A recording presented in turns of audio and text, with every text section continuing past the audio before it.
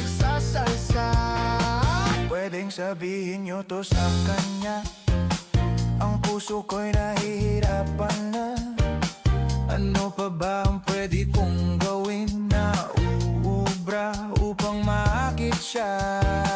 Palagay kaya ako ng tato, magpatubo ng balbas sa nguso, magpalaki ng muscle sa braso, magpadagdag ng puwet kay belo.